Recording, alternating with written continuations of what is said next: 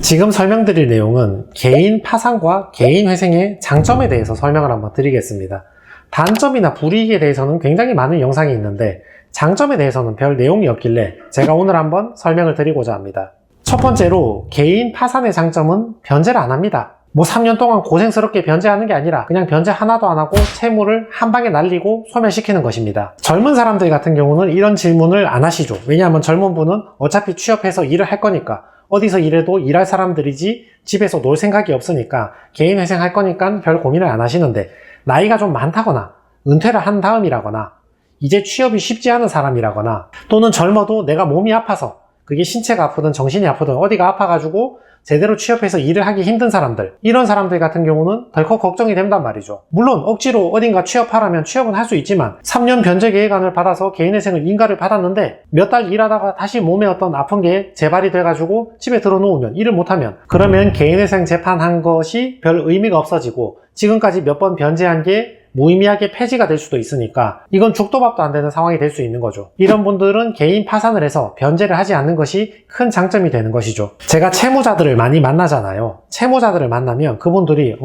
나 변제 안 해, 내가 왜 변제해, 배째라, 나 파산 들어둘, 그럴 것 같지만 실제로는 그런 분들 거의 없으시거든요. 대부분은 어떻게든 변제를 해주고 싶어 하십니다. 그러니까 지금까지 돌려막기를 하고 계셨겠죠. 변제할 의사가 없었다면 지금까지 돌려막기를 하지도 않았겠죠. 근데 그분들이 걱정하는 것은 내가 변제를 하나도 안 하겠다, 그 말이 아니라 지금 몸이 아프니까, 나이가 많으니까, 취업이 안 되니까 억지로 취업해서 개인회생을 통과시켜봤자 이게 유지가 안 되잖아요. 3년 동안 소득을 유지하면서 변제를 해줘야 되는데, 근데 또 허리 디스크, 무릎 아프고 발목 아프고 그렇게 해서 회생을 진행 못할 게 걱정이 되니까, 이런 건강상 이유 때문에 소득이 유지가 안 되고 개인회생을 유지를 못할까봐 이걸 걱정을 하시는 겁니다. 우리가 냉정히 말해서 일할 능력이 안 되는 사람인데 나이가 많아서 취업이 안 되든 아니면 몸이 아파서 취업이 안 되든 간신히 취업해도 곧 실직할 사람인데, 이런 사람을 억지로 취업을 시켜서 변제하다 실패하고 다시 개인회생하고 변제하다 실패하고 다시 개인회생하고, 이거 너무 가혹하잖아요. 그래서 차라리 이런 사람들은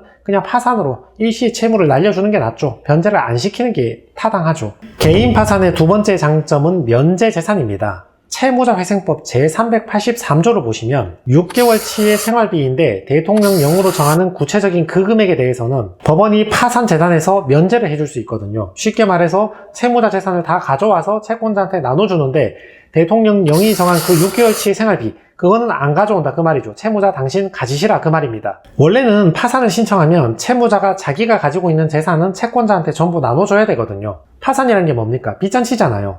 내가 가지고 있는 재산 2천만 원은 채권자한테 공평하게 분배를 해주고 내 채무 1억은 탕감해달라, 이게 파산인데, 근데 이렇게 생각을 해보자고요. 정말 10원도 남김없이 채무자의 모든 재산을 다 가지고 와서 채권자 다 나눠줘버리면 몸이 아파서 일을 못하는 채무자는 당장 내일 무슨 돈으로 먹고 살겠습니까? 그러니까 가져올 때 가져올 값이라도 일부는 남겨놓고 가지고 와야 된다, 그런 뜻입니다. 그 금액을 얼마 전까지는 1,100만 원으로 규정을 해두었는데, 근데 이렇게 금액으로 대통령령을 정해놓으니까 물가가 계속 상승하잖아요. 이게 문제잖아요. 처음에는 6개월치 생활비가 됐는데 물가가 갑자기 가파르게 오르기 시작하면 생활비로서 턱없이 부족하게 되는 거죠. 그래서 이번에 법을 좀 바꾸어가지고 4인 가족 기준 중위소득의 40%라고 설정을 했거든요. 기준 중위소득은 매년 발표를 하는데 매년 물가 따라 올라간단 말이죠. 그러면 채무자한테 보장되는 면제재산도 별도로 법을 개정 안 해도 알아서 매년 물가 따라서 조금씩 상승을 하는 거죠. 그러니까 채무자에게는 굉장히 유리해지게 된 겁니다. 올해 2024년을 기준으로 본다면 4인 가족의 기준 중위소득이 570만 원이 되니까 여기에 40%면 230만 원 정도 되거든요. 230만 원에 6개월 치면 1380만 원 정도 되니까 예전에 1100만 원보다 금액이 커진 것도 있고, 기준 중위소득은 매년 오를 것이니까 면제재산도 매년 적당한 비율로 물가 따라서 올라가 줄 수 있는 큰 장점이 있습니다. 그래서 개인 파산을 하면 이론상으로는 모든 재산을 채권자에게 나누어 줘야 되지만 법원의 재량에 따라서 면제재산을, 일정 재산을 남겨두고 나머지만 나누어 주는 식으로 진행할 수도 있는 거죠. 물론 법원의 재량사항입니다. 반드시 해줘야 될 의무는 없습니다. 한편 개인회생을 신청하는 사람도 나 면제재산 일부 더 인정받으면 안 되냐, 그렇게 물어보실 수 있는데 성격이 좀 달라요. 개인회생 같은 경우는 원래 내가 내는 변제금이라는 게 내 월급에서 1인 생계비를 공제하고 남는 돈만 변제를 하잖아요. 그러니까 매달 이미 나의 1인 생계비나 2인 생계비, 3인 생계비, 이 생계비 금액이 공제가 되고 있단 말이죠. 이렇게 공제해놓고 6개월치 생활비를 또 빼달라 그러면 법원에서는 그렇게 해주지 않는 거죠. 그러니까 개인회생은 이미 생계비를 공제받고 있으니까 그걸로 인정을 받으면 되는 것이고,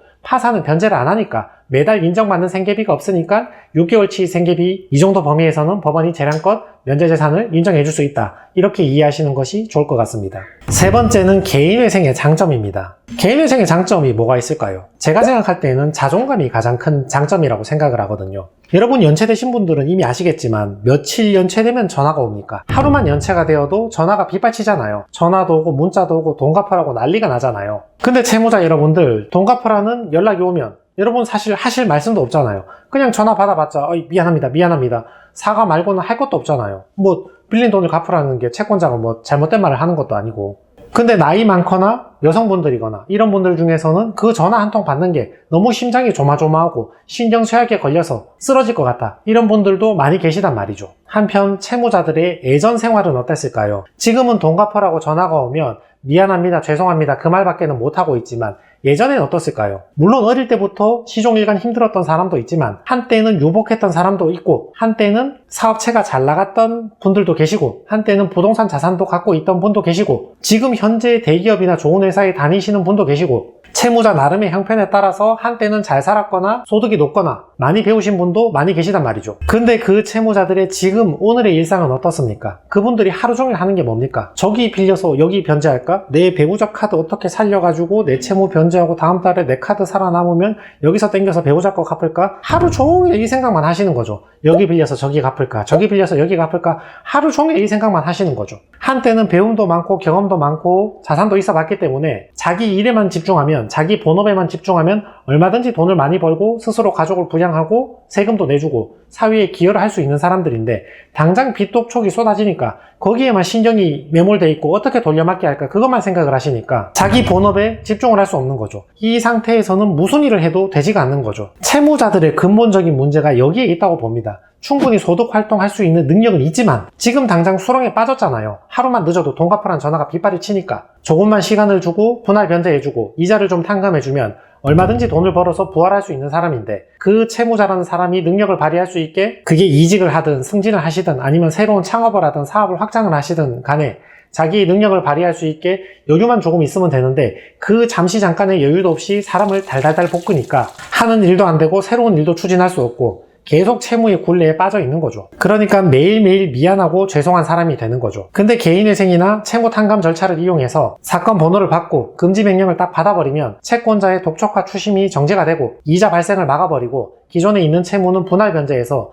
내 급여 내에서 되는 데까지만 변제하는 식으로 이렇게 채무자의 삶을 보호를 해주니까 비로소 채무자는 채권자 신경 안 쓰고 저거 빌려서 이거 갚을까? 배우자 카드가 좀 이번 달에 되나? 이런 고민 하실 필요 없이 자기 본업에만 집중을 할 수 있으니까 능력을 더 키우시든 소득을 늘리든 어떻게든 다시 살아가실 길이 생기는 거죠. 이렇게 채무자의 자존감을 지키고 다시 살아갈 수 있도록 해주는 제도, 이게 개인회생의 가장 큰 장점이 아닐까 그렇게 생각을 합니다. 그래서 오늘은 개인회생과 개인파산의 장점에 대해서 알아봤으니까 기존의 불이익이나 단점에 대한 영상들, 그런 자료들하고 오늘 설명드린 장점들하고 비교 분석을 해보시고 본인에게 제일 나은 제도를 선택하는 게 좋지 않을까 그렇게 생각을 합니다.